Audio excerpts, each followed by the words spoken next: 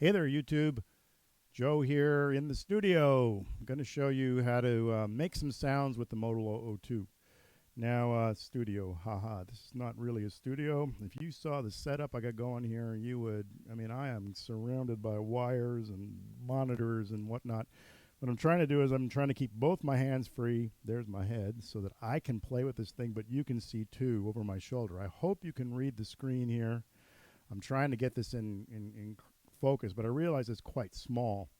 What I want to do is just show you how to make some sounds with the O2. And by doing that, you'll probably recognize some of the heritage of this machine. The guys who designed it, Paul Maddox and his crew, come from a long line of synthesizer users and designers. And you'll probably notice Paul himself told me that one of his favorite machines was the PPG of old. And you'll notice it has a lot of those characteristics, and it has a lot of characteristics, going way back to New England Digital, Synclavier. I mean, all those computer-generated music ideas are encapsulated here in modern electronics for you to play with. I'm not going to go over all the sound architecture. Paul does that in a number of other videos. You don't need me to tell you. You can hear it from the horse's mouth. What I want to do is just make some sounds, show you how to construct a sound from scratch. And there's a lot of artistry here. I mean, there's not a lot of, rote programming. I suppose you could sit down and write out exactly what functions you wanted. You could type them in using the iPad. And by the way, anything I'm doing here using all these controls, I can do on my iPad. My fingers look at the size of my fingers, compared to the keys here. I can barely get any of my fingers between the, the black keys. So you can imagine that playing on an iPad, I don't do so well. I prefer the big knobs. They have these nice aluminum machined knobs that fit in a big guy's hands very well. I think Paul's got the same size hands, so this fits me perfectly. And what you're going to notice is, as I'm messing around here, that I'm turning knobs and things like that. Anything I do here, you could do on an iPad remotely. That's one of the beauties of the machine. Again, I'm not going to get into all the functions and whatnot, but let's just make some sound. So here's something I genned up, I don't know, about 10 minutes or so ago, just to kind of, get into some of the stuff it does. So what you're hearing there is I've got the animator going. So the animator is a per note sequencer that's actually not sequence. Well, you could sequence. No, I don't think you can. Well, what it does is it sequences through the parameters. If you go back to, remember your old PPG wave, it could sequence through, and actually Synclavier, New England Digital did the same thing. You could actually have one note sequence through a number of different morphing waveforms, and the exact same thing is going on with this little patch that I just genned up very quickly. In fact, let's see, I got a patch here. This one I think uses a sequencer and the sequencer and the animator. I didn't do this one. This was done by Ben Crosland.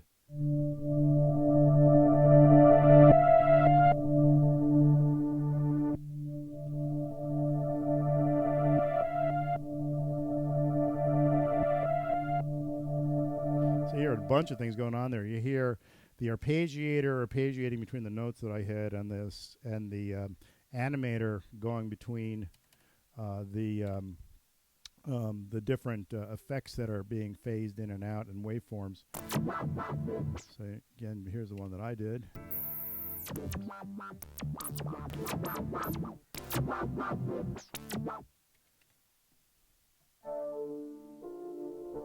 There's a couple of little patches I did. All right, let's start here with an initialized patch. There's nothing here. All right, this is sawtooth. It's just your typical cheese that any analog synthesizer does. And one thing you'll notice right away is that it's the way they have it set up on the default in the animation is it bounces back and forth between left and right channels. So Here I'm hitting the same note. And if you're listening in stereo, you're hearing this thing bounce back and forth between left and right. I guess if you did that fast enough, you'd get some really cool stereoscopic effect. But here's what we're going to do, right? So this is the initialized patch. We're starting at 0. We're not going to mess with this stuff over here. This is the quick recall of patches that I've previously saved. We're not going to do that. We're just going to start creating, right? So the first thing I want to do is let's get some waves that we like, all right? So I've got 56 different waveforms. There's a sine. And what we'll see here is if I go over to the mixer, one thing you'll see is as I touch each of these knobs, it goes to the screen that indicates the editing of that particular parameter. So when I touch the Oscillator 1 mix level, I get the mixer screen, and I got Oscillator 1 right there, and you can see as I change it, it goes from, I can take it all the way down to 0. So that's a really cool feature of this thing. I don't have to push an edit button. I can just edit. Anything that I touch, the editor comes up. Now that can, if you got big hands like me and you bump into something, like if I bump into the VCF, suddenly I'm in the VCF screen. Maybe it needs to be a little less sensitive. We should get a little sensitivity training on this thing. But in any case, so we'll go back here. I've got wave 1 is just a sine wave. So I've got a bunch of different, and the other thing you'll note is that if you look at these waveforms, you'll notice that they've got them arranged in a good way. So actually, if I was back in using the Animator, and I was to go between waveforms 2, 3, and 4, there's a morphing that could be cool. So here's something a little more noisy.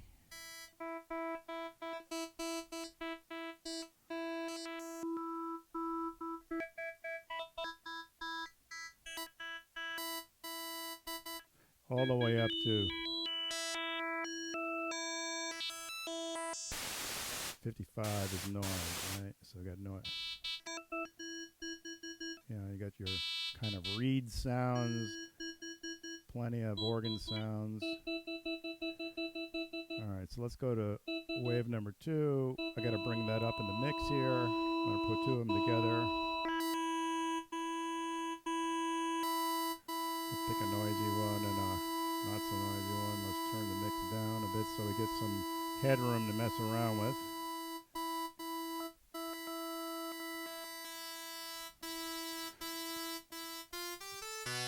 All right, still not so, it's still kind of cheesy. Let's see. I can kick in the subwave. Yeah, still not getting anything out of that. There's a derez option, which lets you actually create a lower resolution waveform from a higher resolution waveform. To me, that reminds me of the old Sonic Mirage. It was an 8-bit machine, and then you went to the ESQ, and it was a nice 16-bit machine. I had an ESQ and a Mirage, and let me tell you, the Mirage sounded more classic than the ESQ with the more precise waves. So you can play with that. You can sync the waveforms together. You can turn on the sub. Let's see. I've got to bring up the volume on the subs if we want to hear them.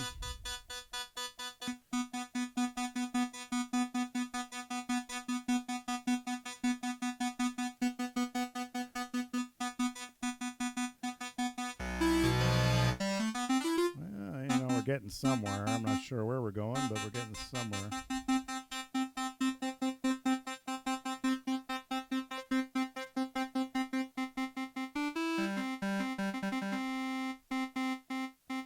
Got an external input. If I had any, I don't have any thing to input externally.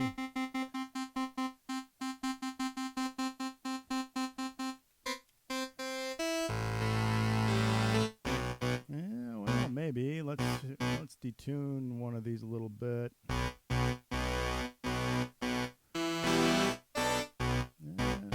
That's kind of.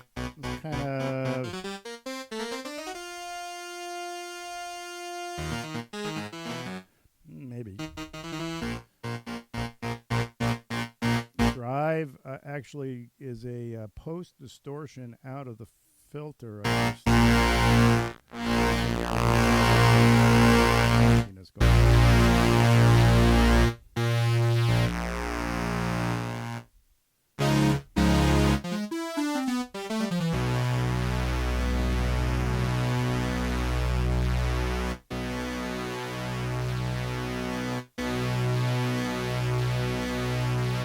Let's do some filtering here, because nothing is interesting without filters, right?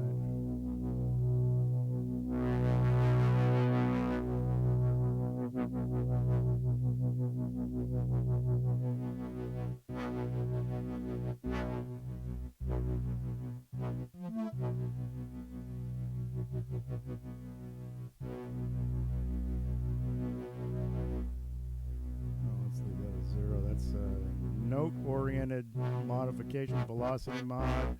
Not really what I'm looking for.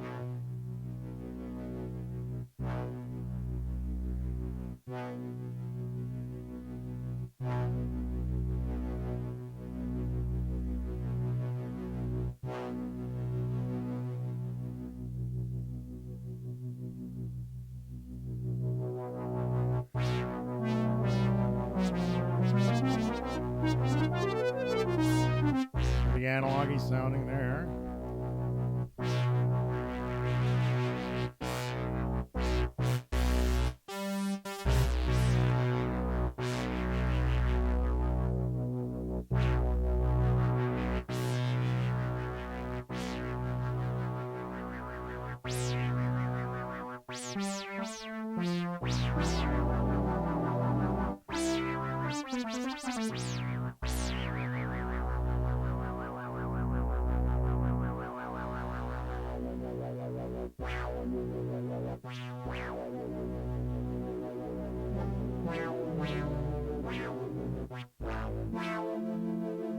Alright, let's see what we can do. Let's bring some of the LFO in here to give us a little bit of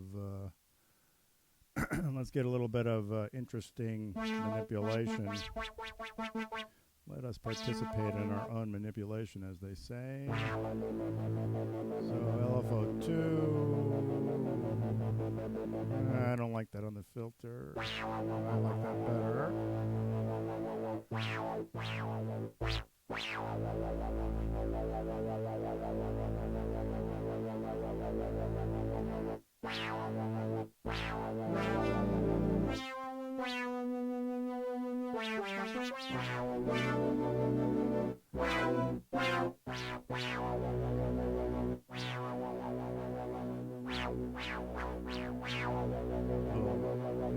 Sorry, Aaron.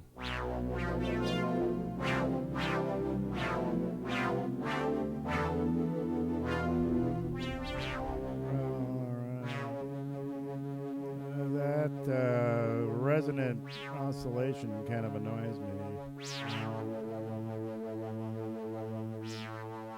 think it's in the D-tune, actually. Nope, it's not. If it changes this wave.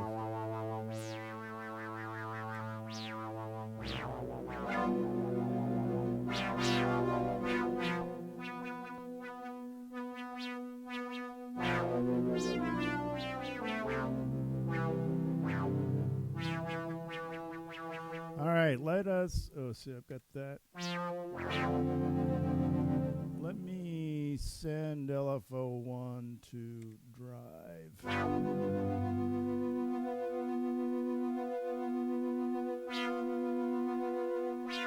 Sell LFO1 to drive. Change the rate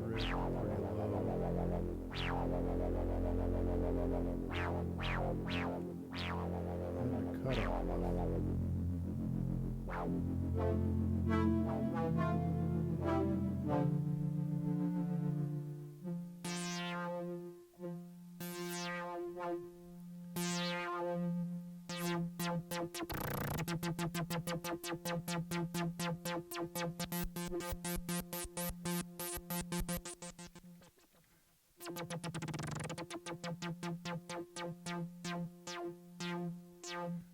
Actually, I'm going to do the opposite. I'm going to send an LF2 there, and I'm going to put single.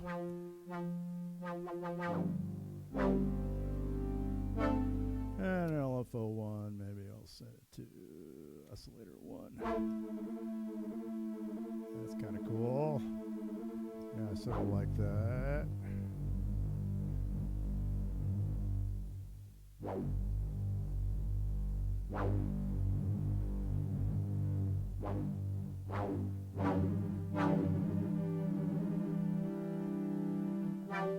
And we'll make it a light.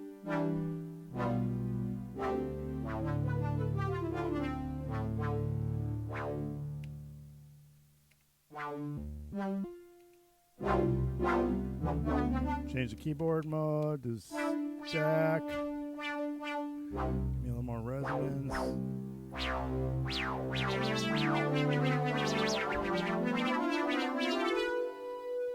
The release is driving me nuts.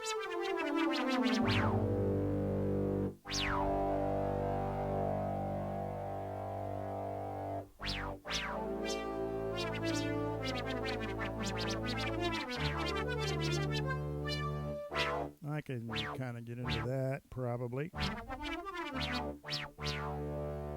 right, let's play with the animator. So if I go to animator, let's see. I'm going to go up to, this is where here's a empty. So animator's doing pretty much nothing now as far as I know.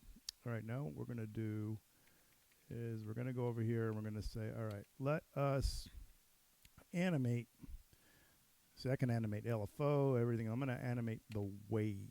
I'm going to animate the actual wave itself. I got to get used to their use model here. All right, so what I'm going to do here is I'm going to select this bad boy.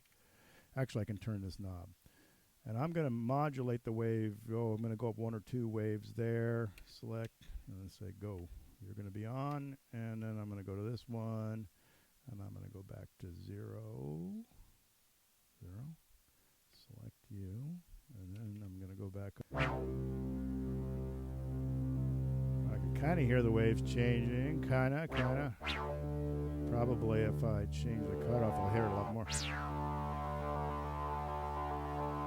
It's in there.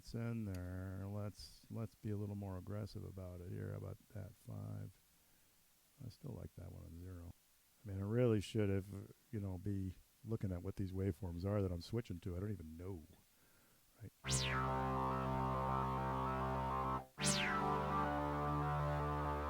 I can change the speed at which it. Actually, I think if I go into, might be definitely more noticeable in unison mode.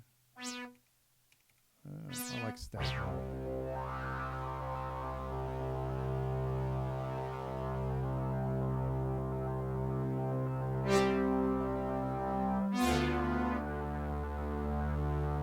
You can kind of hear it back in there.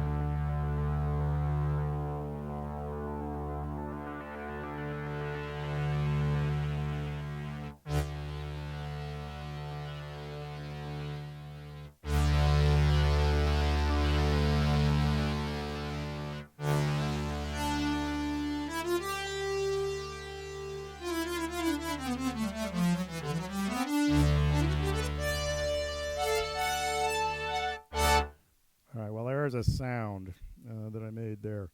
It took me, 15 minutes. Well, that's a long time. I'll probably have to edit this thing down. Let's listen to some other sounds here. Just go back to the patches. If I wanted to save that, what I have to do is I got to go to cloud. I got to go to update, share. Actually, I can't share anything with this version of the operating system.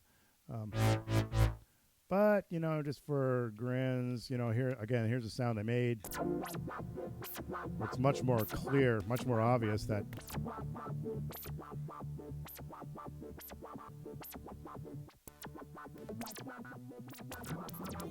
much clearer that I've got crazy stuff going on with the animator in the background. And I can always change any of this stuff, right?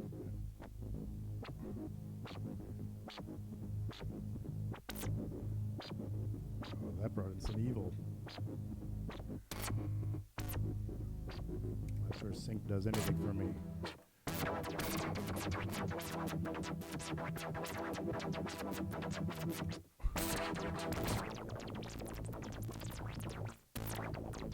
cool. Not sure what you do with it, but it's cool. Let's go back to my original.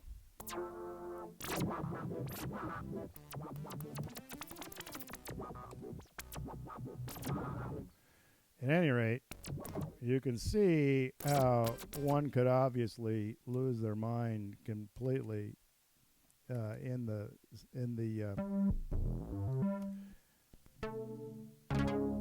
you know, in the complexity of this stuff.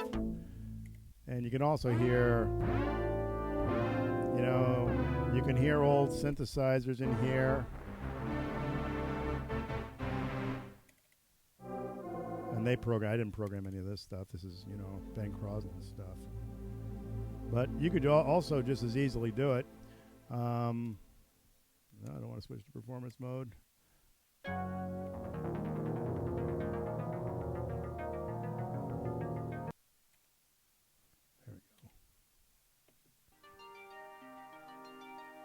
That's their original. That's their trademark, I guess. All right.